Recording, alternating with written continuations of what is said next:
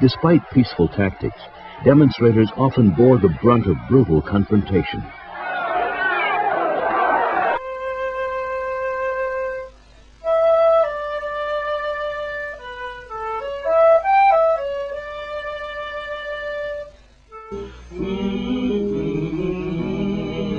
Warnings of arrest, threats of jail terms, and violence all fail to put out what burns in the hearts and minds of the youngsters.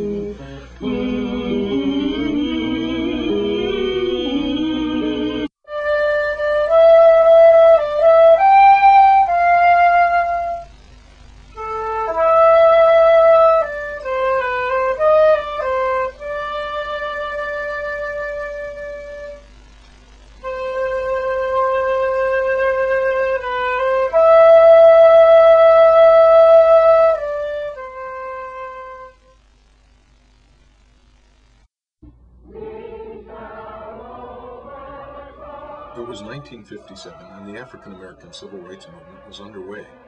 This year, marked by the Little Rock 9 incident, had been 3 years since segregation in public schools was ruled illegal, 2 since Rosa Parks refused to give up her seat, and only 1 since the end of the Montgomery bus boycotts. These were violent times in the United States. But the 1957 formation of the United States Commission on Civil Rights created an opportunity for hope, particularly with the appointment of its future president, Reverend Theodore Martin Hesburgh. Father Hesburgh was born into a Catholic family in Syracuse in 1917.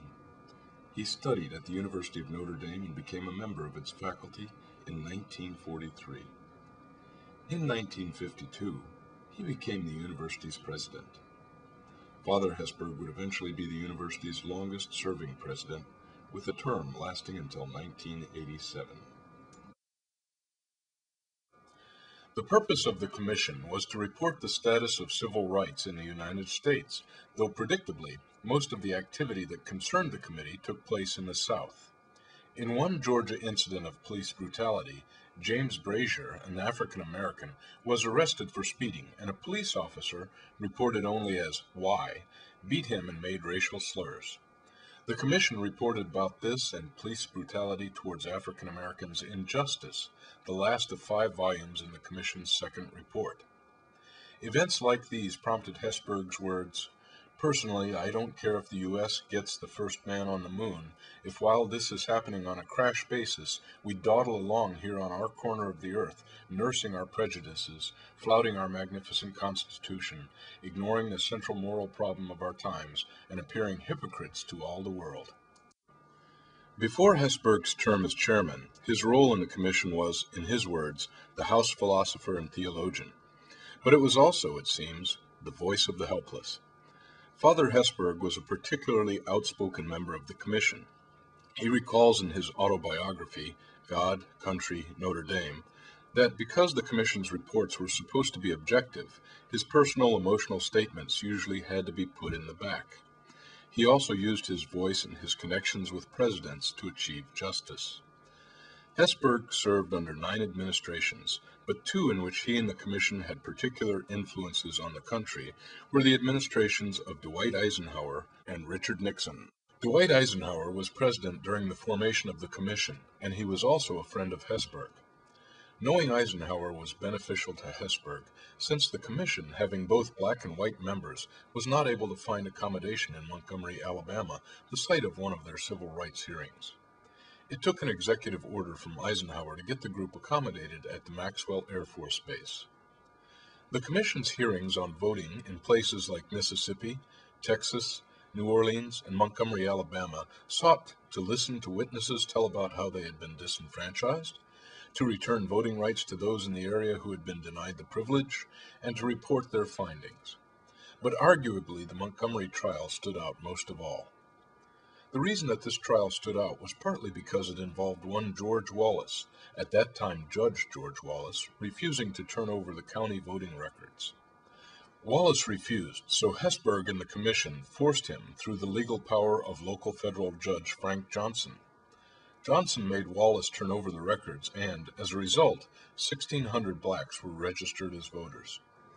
Hesburgh's influence during Nixon's administration would be a surprise to most people, considering how large an impact it had on the country's history.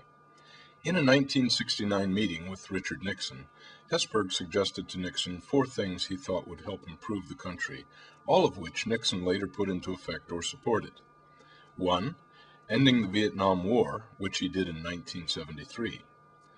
2. Giving 18-year-olds the right to vote, which became the 26th Amendment to the Constitution in 1971. 3. Abolishing the draft and creating an all-volunteer army. 4. Creating a federal higher education student loan program known today as FAFSA. But as the battle for civil rights was reaching full swing, a new battle for freedom had begun, the battle for women's rights. This second-wave feminist movement was jump-started by Betty Friedan's book, The Feminine Mystique. In this book, Friedan asserted that women had become victims of the common belief that women who became stay-at-home mothers had fulfilling lives. Although Hesburgh's contribution to the movement was not as pioneering nor as widely recognized as Friedan's, it was still important. In 1972, Hesburgh formally admitted women to undergraduate studies at Notre Dame. The problem with this was that Notre Dame had long been a symbol of masculinity, almost completely because of its football reputation and traditions. Knute Rockne, the legend of the Four Horsemen, pride in the Fighting Irish, and the image of a Notre Dame man had made the school a haven for virility. Hesburgh's contribution showed that even a manly school such as Notre Dame could be open to progress. Of course, not all on campus were open to the change. As Hesburgh once said, you cannot take an all-male tradition that is well over a century old and make it disappear overnight. Female students had to deal with the better dead than co-ed movement, led by football star James Lynch. Kathleen Sikansky-Ferrand, the first female rector of a Notre Dame women's residence hall, remembers that female undergrads had to put up with, quote, some pretty cutting remarks when they walked into class at first. Several of them were told that they were taking up the spot that would have gone to someone's brother. We dealt with that by being as positive as we could be until the boys got to know them. The girls couldn't retreat. Despite the controversy, the step of admitting women into Notre Dame has been a long-term gain, having produced many women who have had an impact on their communities. More notable graduates include Ann Thompson, now Chief Environmental Correspondent for MSNBC News, Kelly Tuthill, anchor of WCVB News in Boston, and Condoleezza Rice, the first female African-American Secretary of State. Secretary Rice even spoke at a celebration of Father Hesburgh's 90th birthday, saying, "He also called us not just to educate ourselves and to be good students, but he called us to our great moral side." Additionally, this October 2007 event not only celebrated Father Hesburgh's 90th birthday, but something of arguably equal significance: the acceptance of a photograph of Hesburgh into the National Portrait Gallery in Washington, D.C. The picture in question is of Hesburgh at a 1964 Chicago Civil Rights rally holding hands with Dr. Martin Luther King Jr. singing "We Shall Overcome." It represents the different facets of Hesburgh. He wears his priestly collar, he is out in the world, but not too far from Notre Dame, and he is speaking out for civil rights. He is trying to make the world a better place, on earth as it is in heaven.